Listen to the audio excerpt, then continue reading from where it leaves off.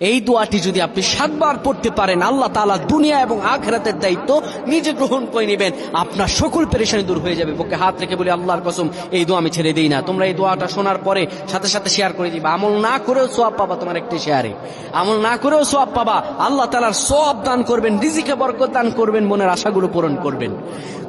ও আমার প্রাণের ভাইয়েরা, বিশ্ব নবী মুহাম্মাদুর রাসূলুল্লাহ সাল্লাল্লাহু আলাইহি ওয়াসাল্লাম বলেন, কোন ব্যক্তি যদি এই দোয়াটা 7 বার পড়তে পারে, দোয়াটা হলো হাসবি আল্লাহু লা ইলাহা ইল্লা হুয়া আলাইহি তাওয়াক্কালতু ওয়া হুয়া রাব্বুল আরশিল আযীম। কোন ব্যক্তি যদি এই দোয়াটা পড়তে পারে খালেস অন্তরে, সকালে 7 বার আর মাগরিবের পরে 7 বার পড়তে পারে, আমার আল্লাহ রাব্বুল আলামিন বড় বিপদ থেকে তারে বাঁচিয়ে দিবেন। তার দুনিয়া এবং আখিরাতের দায়িত্বগুলো আমার রব্বুল আলামিন নিজে গ্রহণ করে নেবেন। আল্লাহুম্মা আমিন।